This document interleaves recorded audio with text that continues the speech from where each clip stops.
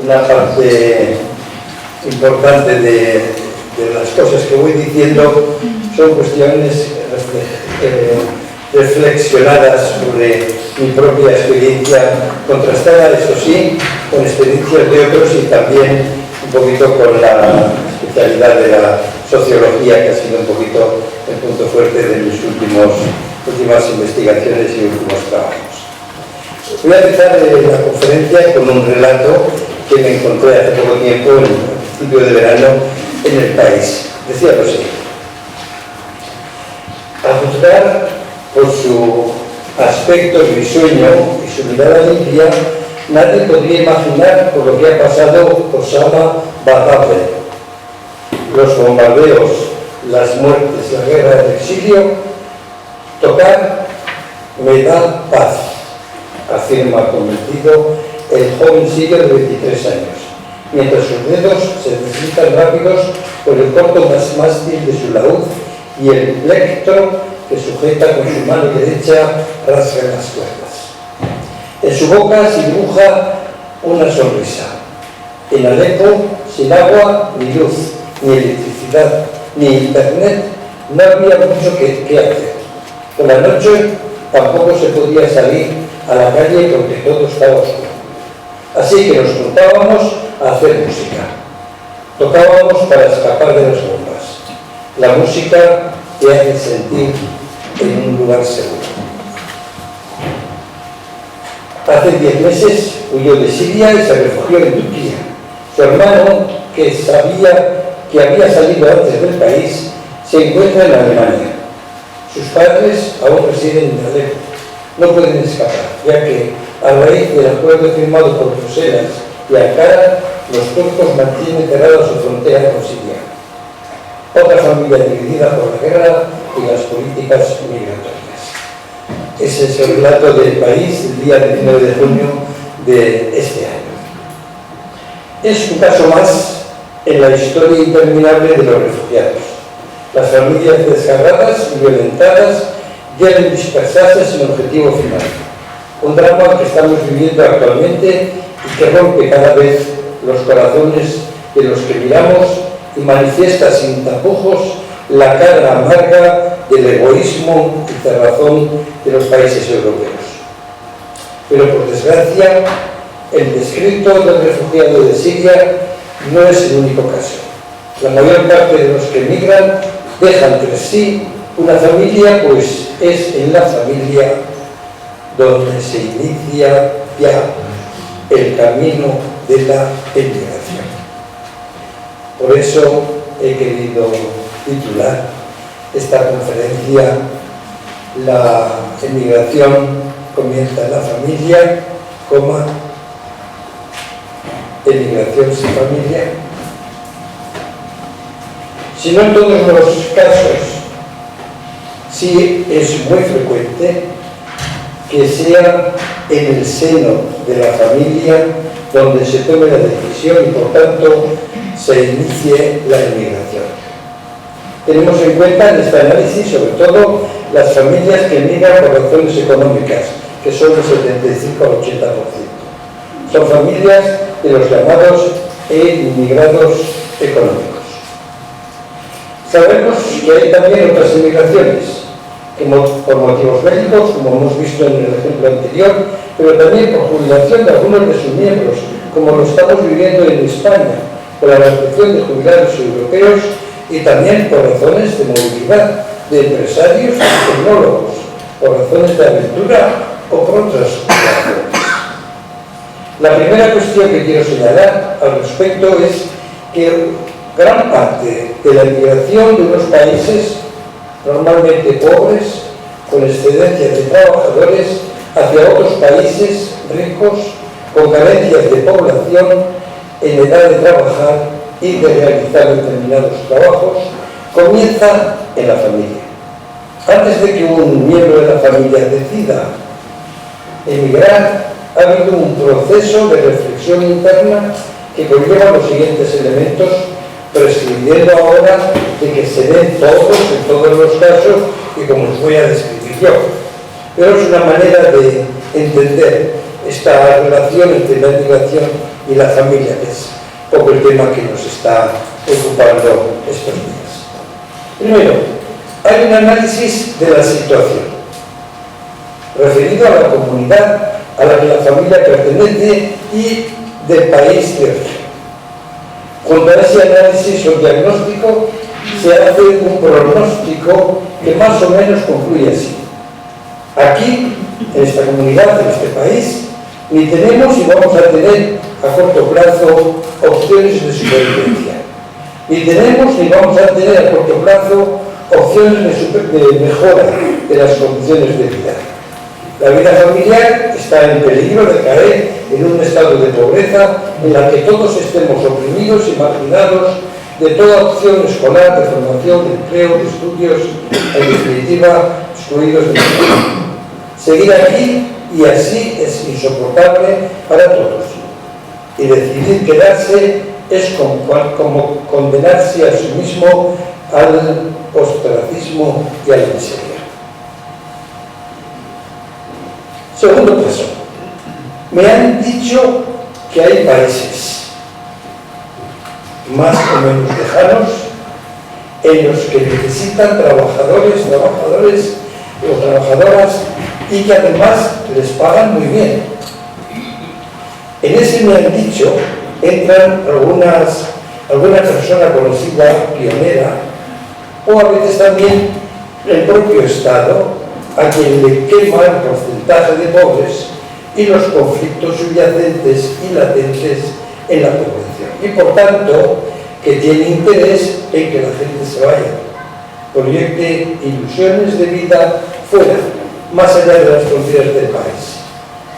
Los medios de comunicación hacen su trabajo de publicidad. Lo mismo ocurre, pero por el lado contrario. Los países necesitados de mano de obra hacen lo suyo para que el país de llegada tenga la apariencia de paraíso, en el que se puede ganar dinero. Los estados hacen convenios entre sí o no. La familia descubre algo muy importante. Hay vida más allá de los límites de mi entorno familiar, de mi comunidad y de mi país. Observación importante, pues a continuación, tercer paso, se plantea a la familia la pregunta: ¿quién podría ser el valiente, el o ella pionero, que dé el paso y ser el salvador de la familia? La toma de decisión viene dada por las circunstancias familiares, las perspectivas de encontrar trabajo, la información de la que se dispone respecto a las demandas de trabajadores o trabajadoras en los países de destino y la personalidad del candidato o candidata. ¿Quién va a ser en estas circunstancias el o la primera de la familia que dé el paso adelante? Tiempo de reflexión y de toma de decisiones. Por fin la familia decide quién tiene que ser. ¿Quién tiene que ser el primer emigrante o la primera migrante? Este o esta es un enviado de la familia, con un encargo familiar y un objetivo familiar. Asegurar desde el extranjero la supervivencia y la mejora de la vida familiar, explorar el terreno para posibles nuevos candidatos. Dada la demanda exterior en los últimos 20 años, por decir una cifra, se ha dado un cambio en la respuesta, resultando ser la mujer casada o soltera la que se ponía en marcha hacia otros países, en las que otras mujeres podían abandonar su hogar para seguir sus trayectorias profesionales. Consecuencias: hijos que quedaban a cargo de los padres, de los abuelos o de parte de varones y o abuelos. B, o segundo, las solteras retrasaban su maternidad, al par que 3 dejaron sus países sin mujeres para la renovación generacional. dando origen a lo que se ha llamado la feminización de la migración, en contraposición a la reagrupación familiar anterior. ¿Me podéis seguir? Digo ya si me explico, que seguramente que no es suficientemente bien, pero me podéis seguir, a pesar de la hora que es. La cuestión de la legalidad del inicio de la emigración suele ser de segundo rango en la decisión de emigrar. Pateras que llegan a las costas mediterráneas o clandestinos que llegan de países sudamericanos o de Filipinas, asiáticos en general y de países del este europeo o de nuestro. Paso, una vez descrito un poco cómo se toman las decisiones dentro de la familia, a la dinámica migratoria es también en fases.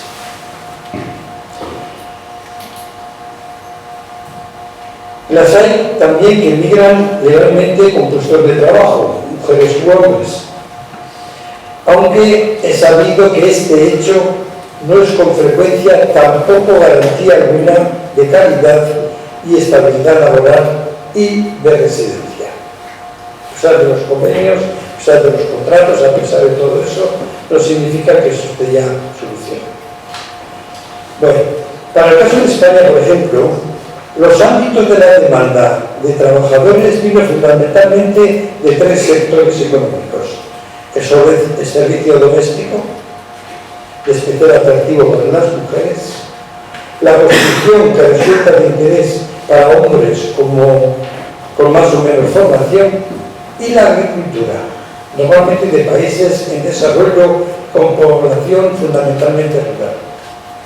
Los países de emisión fueron países andinos, Sudamérica en general, tanto para el servicio doméstico como para la construcción. Y los países africanos, en especial los más próximos y relacionados con España, tales que Marruecos, Argelia, etc., para la agricultura. Y por último, países del este europeo, con personal altamente cualificado que asumen trabajos de servicios o de carácter técnico, normalmente por debajo de su cualificación. Es un asunto compartido con muchos otros trabajadores actualmente. Para sociedades industrialmente más viejas que España, de la Europa occidental y central, pero también en Estados Unidos, la demanda de trabajadores viene además de la necesidad de la tecnología, de gente, por tanto, de buena formación, y para ámbitos específicos como el de la investigación, el de la producción y servicios que requieren alta tecnología, del ámbito de la educación, de lo social o de sanitario, según países y necesidades, y por supuesto también para trabajos que por su calidad, esfuerzo físico requerido o prestigio social y remuneración, ningún autóctono lo demanda, ni siquiera en tiempos de crisis como las actuales. Vean ustedes las necesidades de personal en Alemania y verán ustedes en qué ámbitos los necesitan, en ámbitos educativos, sanitarios y sociales. Así, por ejemplo, el cuidado de personas mayores y también el del servicio doméstico y cuidado de niños, de la atención en centros pediátricos, hospitalarios, etc. En Alemania se ha calculado en más de 30.000 plazas no ocupadas de estos sectores del mercado de trabajo.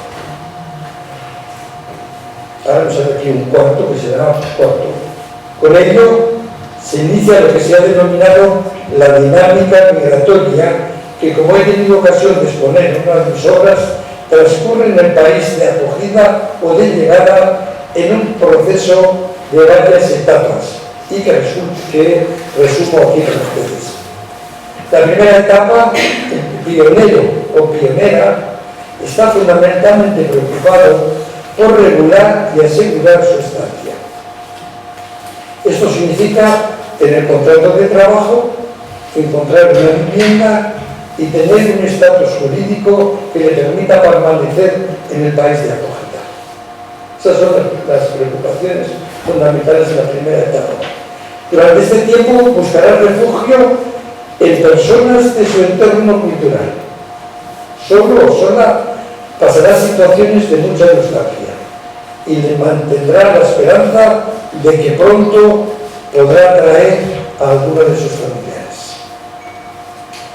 Suele ser el momento de las residencias para extranjeros, centros de extranjeros, la acogida en Euskadi, o la hacinación en pisos y viviendas pequeñas con personas del mismo trasfondo cultural, si es posible.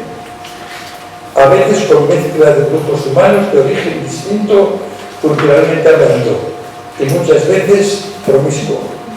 Por tanto, se trata de una inmigrante en necesidad de trabajar. Eso explica que sean personas entre 20 y 40 años, fundamentalmente hombres, excepto en los orígenes suramericanos, que o bien son similares o incluso superan las mujeres frente a otros orígenes extracomunitarios orientales, excepto Rumanía, o africanos, en los que prima el hombre inmigrante, o de países orientales. Es conocido en el servicio doméstico y cuidado de personas mayores en Alemania la contratación de mujeres polacas. Igual de que conocéis en vuestro entorno ese fenómeno. En la segunda fase de su estancia será donde intentará mejorar su situación a la persona inmigrante. Y eso significa buscar una vivienda más adecuada, agruparse en clubs y grupos de ámbito cultural propio. Esta fase acaba con la decisión de buscar y encontrar cabida para nuevos miembros de la familia, amigos o vecinos del país y de la comunidad de origen. Así lo ratifican estudios al respecto.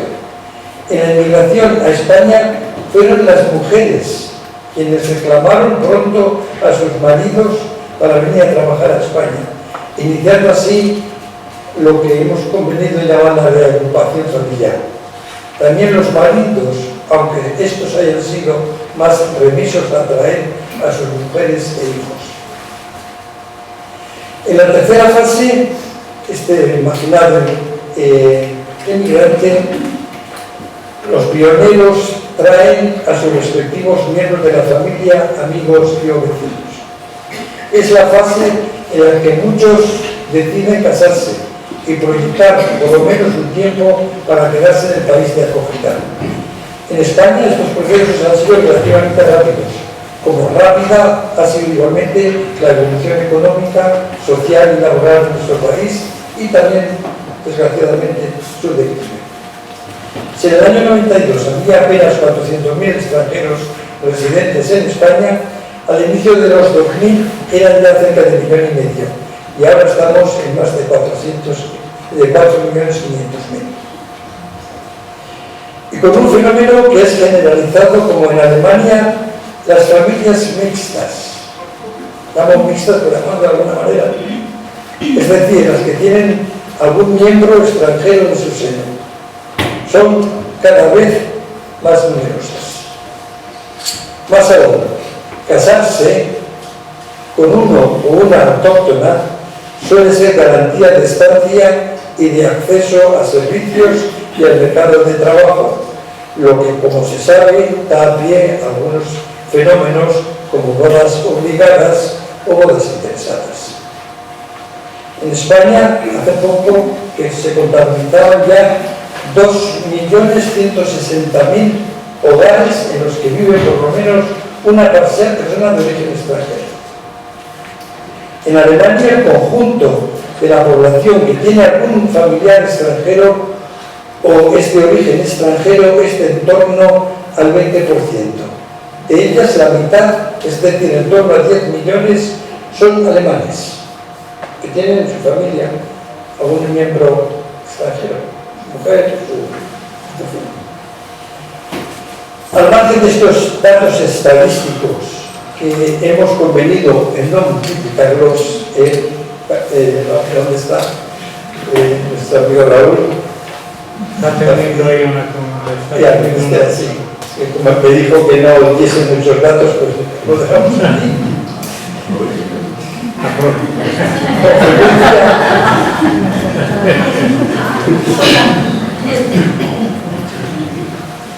Al margen pues de esos datos estadísticos, bastan estos para conocer las tendencias y la medida de la cuestión de la que estamos hablando, que no es otra que cómo la familia inicia la inmigración y el proceso que siguen los inmigrantes en el país de acogida o de recepción. La cuarta fase. Tras un periodo más o menos largo en el nuevo país, existe en los inmigrantes una cierta duda mantenida en el tiempo de si permanecer en el país de acogida o de volverse a su país de origen. La realidad es que vivir en el extranjero tiene un alto coste personal y relacional. Con frecuencia se han dejado familiares, como hemos dicho, muy cercanos y por los que se emigró para favorecer su desarrollo personal y profesional, como suele ser el caso de los hijos que permanecen en el país de origen, lejos de sus padres o madres, o en otros casos, padres y madres ancianos. Acomodarse a un nuevo idioma y a costumbres y modos de vivir de los autóctonos es también como una losa sobre los hombros del emigrante, al igual que ser visto, mirado siempre como extranjero, conlleva una carga psicológica. Esta duda perenne tiene incluso un lado positivo para el inmigrante o la inmigrante, pues sirve de arma arrojadiza contra los autóctonos cuando las cosas vienen matadas. Por ejemplo, situaciones de crisis. Vosotros os tenéis que quedar aquí, en vuestro país. Vosotros, los inmigrantes, nos podemos volver a nuestro país. En una especie de pirueta argumentativa que de alguna manera relaja la presión social de ser visto como extranjero. La quinta fase es la que ya exige la toma de decisiones ante el dilema de o cargar con el eterno estigma de ser extranjero, más o menos aceptado y tolerado en un país de acogida, tomando una posición de extranjeros entre extranjeros y autóctonos, lo que hemos hablado del microcosmos globalizado esta mañana, o volverse al país de origen, del que uno también se ha convertido en extraño, en extranjero, ante sus propios hijos, progenitores, veo cabezas que están asintiendo. De eso sabemos los emigrantes mucho. En barrios, ciudades y países, mientras tanto, también transformados. Un dilema, atentos a esto a ver si es verdad, un dilema que solucionase como se solucione, siempre permanecerá la duda de si la decisión fue correcta. Tendría buenas anécdotas de contar, pero no lo voy a hacer porque me falta el tiempo y no quiero. Bueno, y además creo que para vosotros y vosotras el asunto no es desconocido. El resultado de este proceso no es otro que uno se convierte en un extraño extranjero para sí mismo. Para los propios miembros de la familia de origen, sean padres, madres, familiares, hijos, hijas, esposos, esposas, los de aquí o los de allá, y uno acaba preguntándose, ¿quién soy yo realmente? Es decir, preguntándose por su identidad. Un sentimiento de soledad, estar solo, después de haber dado tanto incluso a la propia familia. Sasa es una señora de nacionalidad búlgara que tiene un negocio de la verdadero que estoy contando ahora, la nacionalidad búlgara, que tiene un negocio de lavandería y de arreglos de ropa en la calle en la que yo vivo, cerca de donde yo vivo. Se casó en segundas nupcias con José, un hombre español con el que ha tenido un hijo. En su país de origen viven 2 hijos ya adultos de una relación anterior. El mayor trabaja por temporadas en Alemania, casado y con una niña. El otro hijo está estudiando economía en la Universidad de Sofía, cosa que puede hacer gracias a la ayuda que recibe de su madre en España. De vez en cuando, una vez al año, se juntan en vacaciones todos en la casa de los padres de la madre, los abuelos, para vivir la sensación de una familia. Es esta familia con la que había soñado Sasa y por la que se había ido a trabajar y a vivir a 3.000 kilómetros de distancia. Esta y otras experiencias de migración me han llevado a formular la conferencia con el título de La emigración se inicia en la familia y al mismo tiempo señalar que muchos emigrantes se quedan sin ella, sin patria, sin raíces propias, en un terreno de nadie. Que nadie se ponga triste, que todavía no termina. Puede, y así me lo confirmaba la familia de la que estoy hablando, que con frecuencia también hablan entre sí usando los medios modernos de comunicación, Internet, Skype y otros programas que hay por ahí que nos permiten estar vis a vis como si estuviéramos cerca.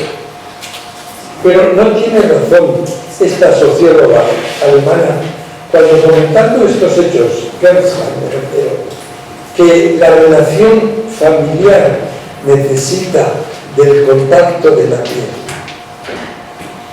entre todos sus miembros. Esa es la condición del migrante de por vida, abandonar la familia por la familia y acabar sin ella, o con los miembros de la misma dispersión.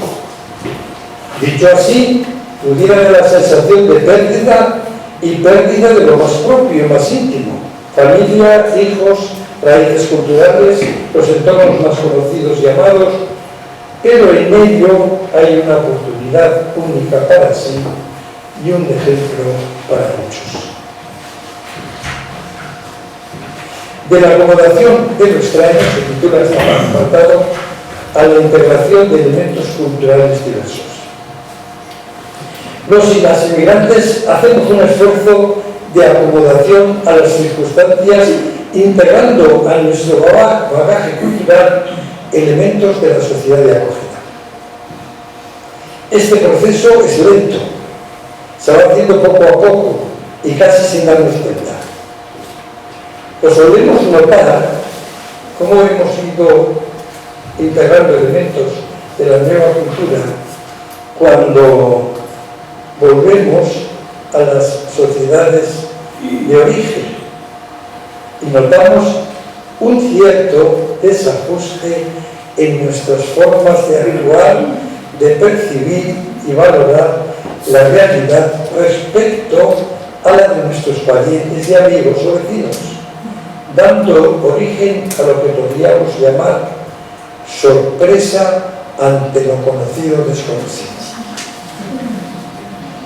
No es tampoco infrecuente el hecho de cerrarse ante la nueva cultura, y que recuerdo en mis tiempos de residencia en Alemania que algunos compatriotas decían de otros: fulano ha pasado por Alemania, pero Alemania no ha pasado por él.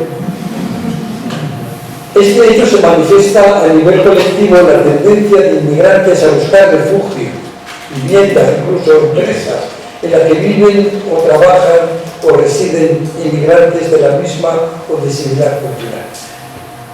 A veces se manifiesta en una especie de reafirmación ante los demás de lo diferente, una especie de compromiso combativo y defensivo. Me pongo el burka porque me da la gana, así decía una musulmana, en una reafirmación de lo propio y de sí misma.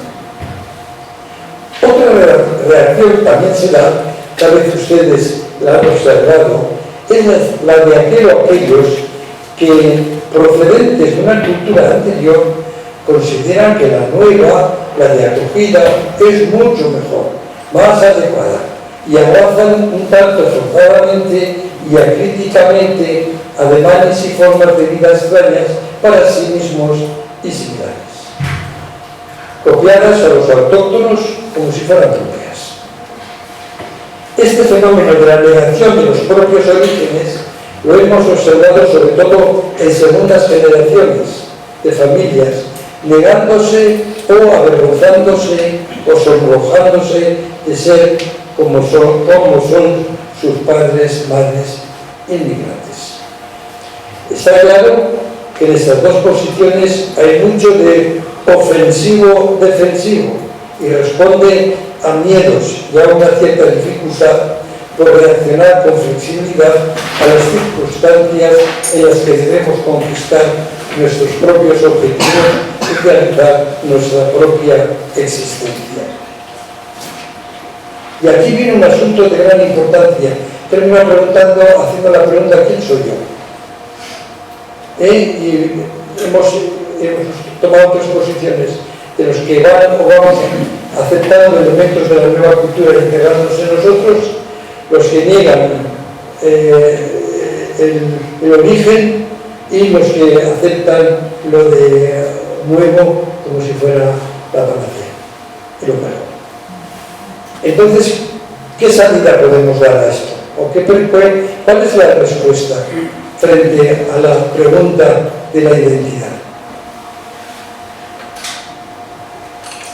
Aunque es verdad que muy pocos, o ninguno, quizá algunos, emigren por razones de aventura, un sociólogo que Bauman, a quien he citado ya un par de veces, dice que lo que puso en movimiento a esas personas, me refiero a los inmigrantes, fue el impacto de unas fuerzas globales que las privan de sus medios de subsistencia, las obligan a cambiar de aires si no quieren perecer, como lo que hemos expuesto esta mañana. La verdad es que luego cada cual se las tiene que ver con esas circunstancias nuevas, desde donde tienen que reaprender a vivir en circunstancias no conocidas, diferentes, extrañas y a veces hostiles. De ahí que sea capital. Lo que personalmente recomiendo es la de tomar una posición de aprendizaje. Aprender nuevas formas de ser y estar en el mundo, de relacionarse e ir integrando y generalizando comportamientos en la propia personalidad que nos vienen muy bien para situaciones diversas, a veces contradictorias de aquí y de allí, lo que se ha denominado como el desarrollo de identidades flexibles. En contraposición a identidades rígidas, cerradas, definitivas, exclusivas y exclusivistas. Aprender un idioma nuevo, una manera distinta a la acostumbrada a comer, a celebrar fiestas o ritos, de valorar acontecimientos y fenómenos sociales, comportamientos colectivos e individuales. Todo eso no es más que aumentar las opciones de vida para uno una misma. Los orientales, muy dados a usar imágenes para expresar convencimientos y enseñanzas de vida, suelen decir que el que mejor resiste a los vientos huracanados no son los árboles firmes, altos y robustos, sino los flexibles, los que se doblegan sin perder tierra, y entre ellos los juncos. A mí solo se me los juncos, no lo aparato, pero permanecen enraizados. Son los que mejor se acomodan a la situación. Curiosamente, esa actitud flexible es la que también se exige en otros ámbitos y en todas las culturas, también en las de acogida, pues su flexibilidad va unida a la tolerancia, al respeto, al diálogo y al acuerdo. Digamos, posiciones pues que nos vienen muy bien en la multiplicidad y la diversidad de formas de vida en las diversas generaciones, en la diversidad de creencias religiosas o filosóficas, en las cosmovisiones, en las formas o los modelos de pensar y de valorar y de actuar, en la que todas las sociedades y las personas que las componen están inmersos en todos los lugares.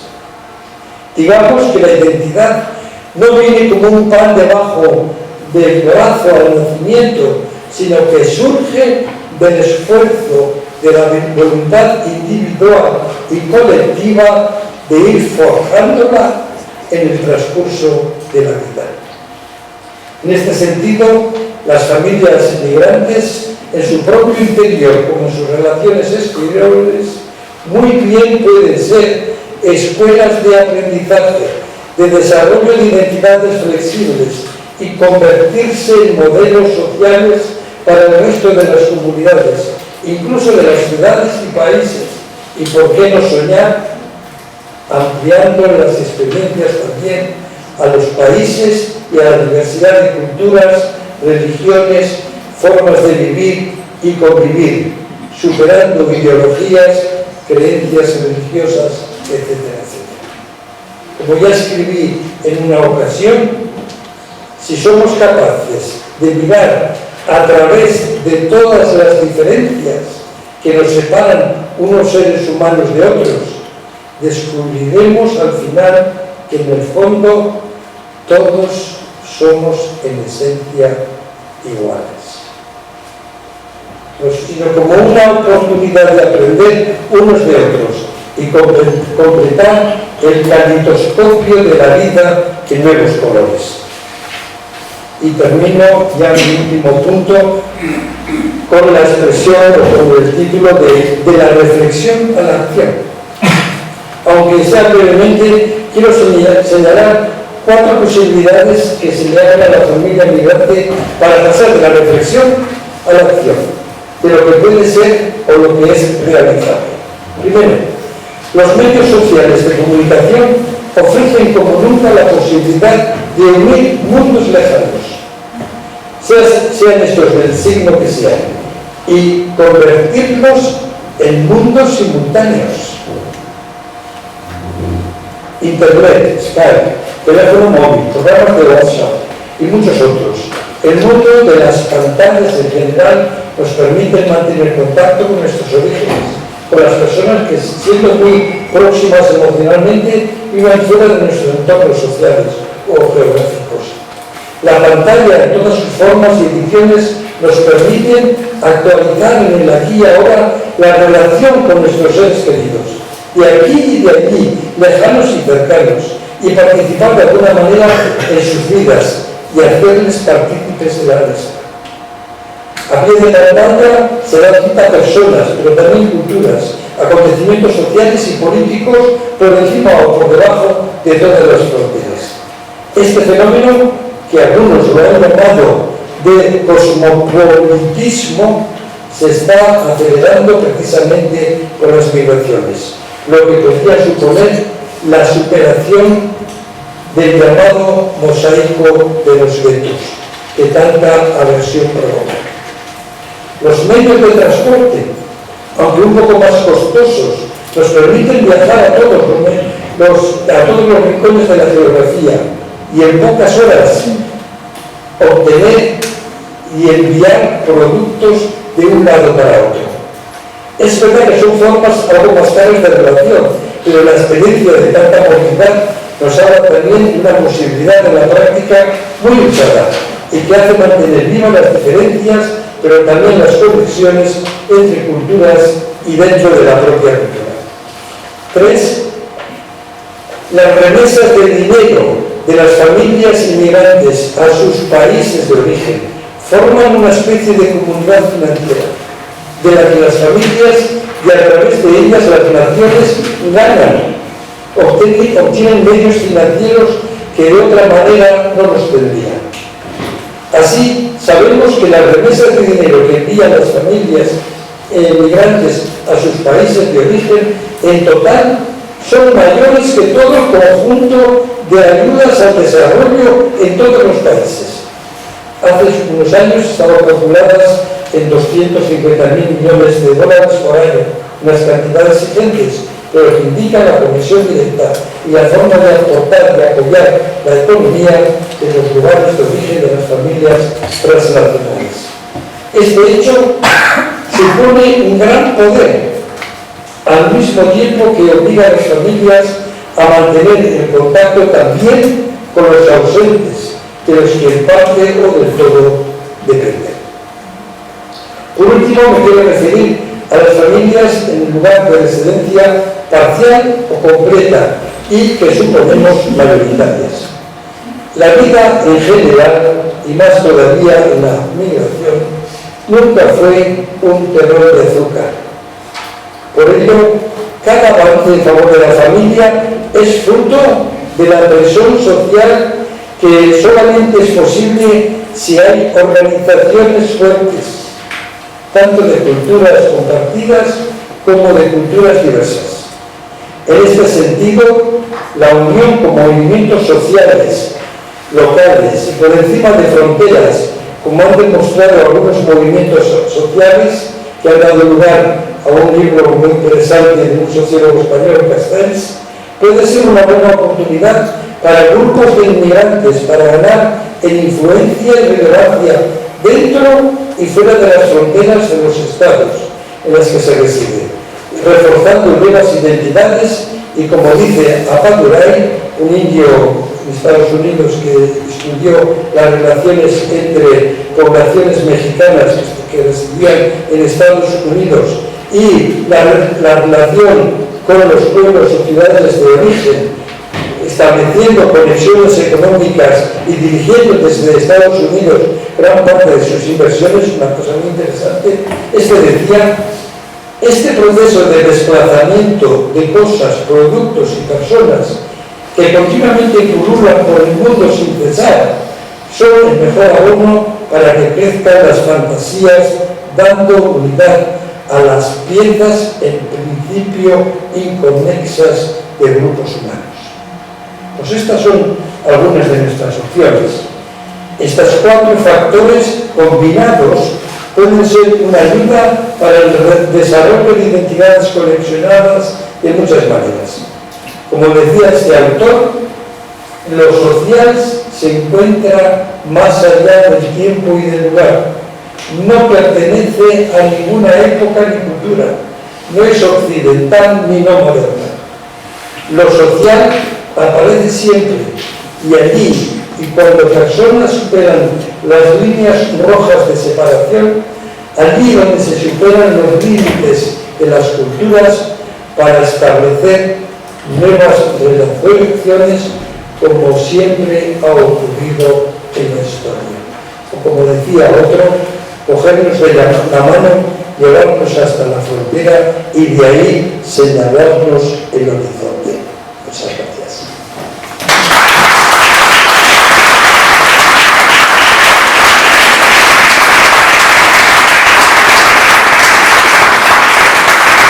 Sois muy amables y que si todavía podéis aplaudir con tanta fuerza, es que todavía os queda energía, ¿no?